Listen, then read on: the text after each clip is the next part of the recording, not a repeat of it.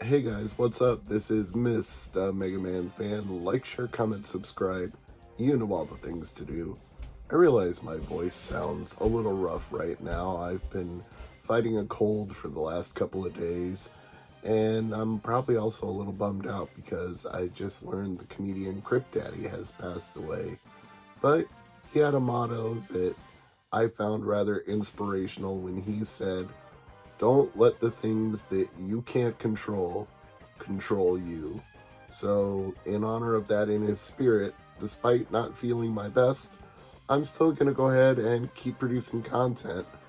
And I'm going to do a product review today. This Defender wireless gamepad for PS1, PS2, PS3. So, let's go ahead and unbox it, take a look at it, find out what it's all about. Stay tuned.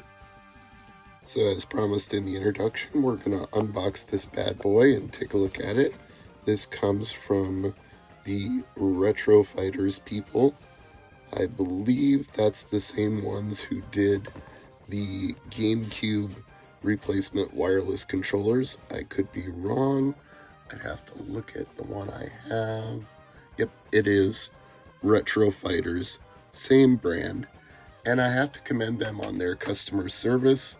This is not sponsored, and there's no affiliate link, but when I had a problem with my GameCube controller, they sent me a replacement one free, no charge. So that's why I was willing to give them a chance with this wireless controller for PS1, 2, and 3.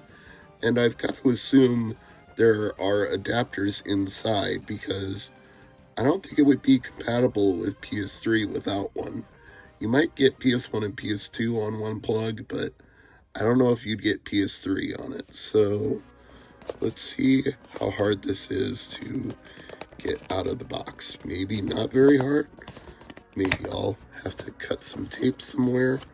I'm not seeing any tape right now, so I don't think so. Well, I put a little crease in it, but that's what you do opening stuff. Unless you plan to keep it in the box forever and never use it. And I understand there are people out there who probably would buy a wireless controller and keep it in the box just to say they own every kind of wireless controller that a console has. But that's not me. And again, apologies if you hear my voice cracking. I have been fighting a cold.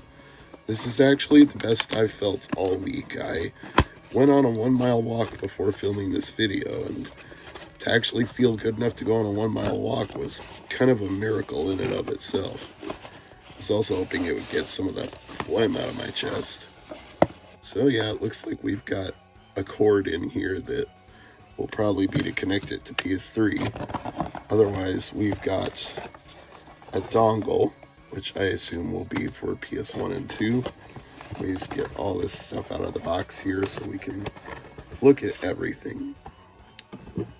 So it says charge for 2 hours before using for the first time. So we're obviously going to need a cutscene and come back once it's fully charged.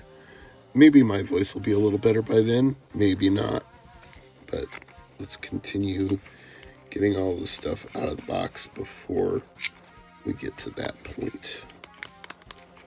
This one is a little bit harder to open than the outer box was. There we go. And there's our plug for PS1. And there's a dongle, which I will assume might be PS3.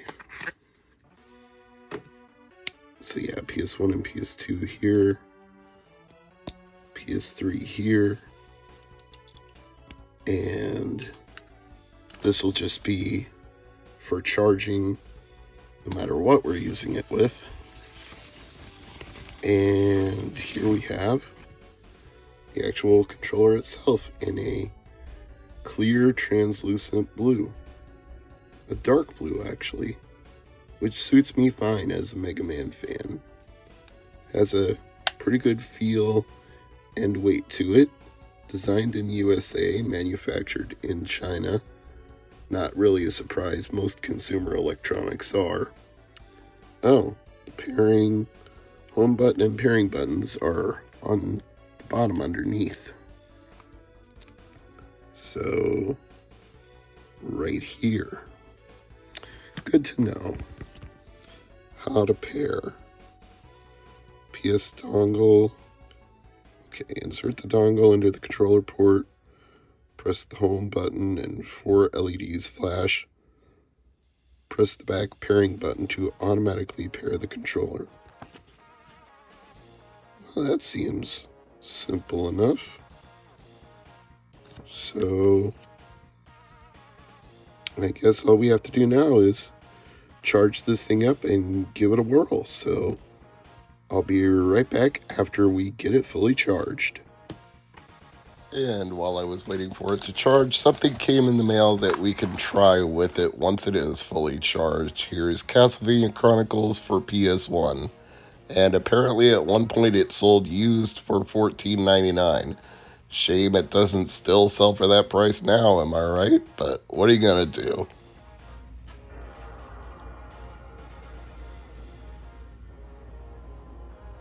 Well, the red light is blinking, so... Hey, alright. We have gotten ourselves connected. So, that means the only thing left to do is try it with a game. And what better one to do than the one that just came in the mail? So let's go ahead and do that right now.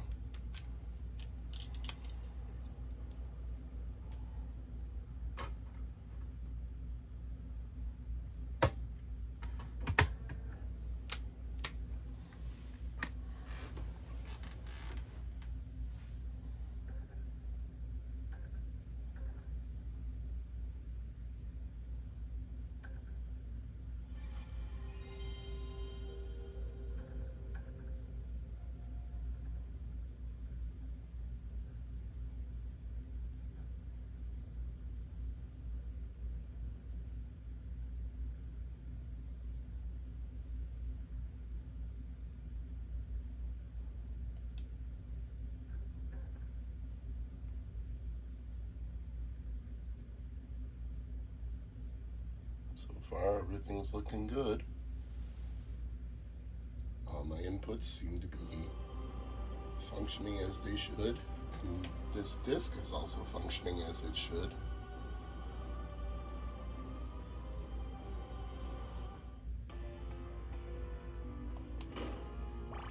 Oh yeah. Looking good. Feeling fine.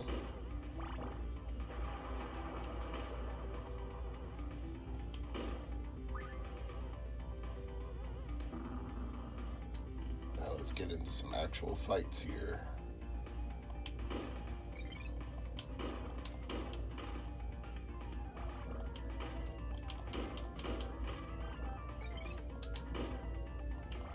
Timing is everything. If you can jump and whip something at the same time, then the controller is definitely responsive enough. And bad timing there is my own fault and not the controller's fault.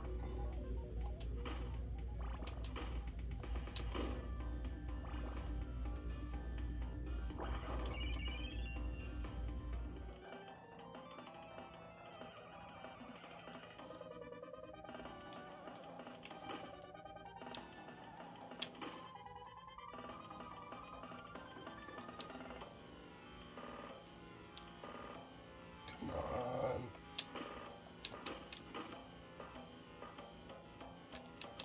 There we go. Give me that mystical jewel.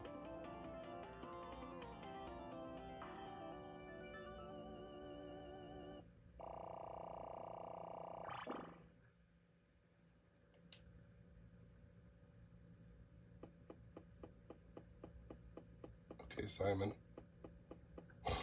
Make your way to the next area, please.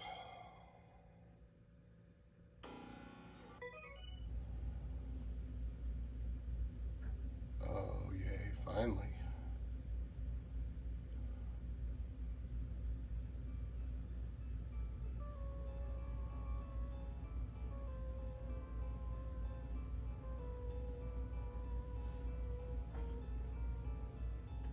So now I think it's time we try a PS2 game instead.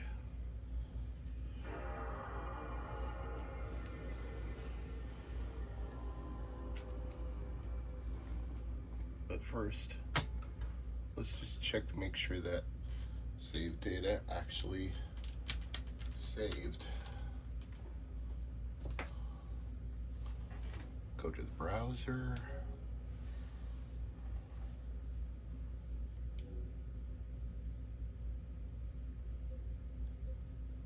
And when you know I have Tony Hacks on here. Well, that would explain why I kept this one squirreled away. But there's my save data.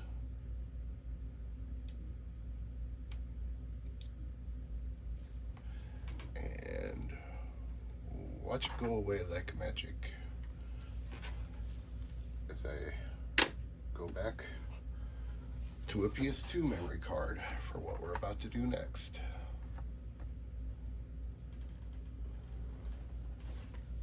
Let's try No One Lives Forever. Seems like a random enough choice for testing out PS2 compatibility.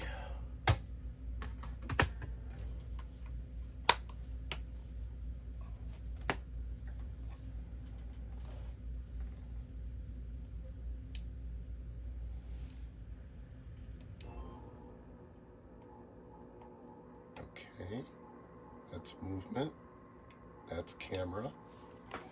I'm controlling them with the 2 sticks right now. So I would call that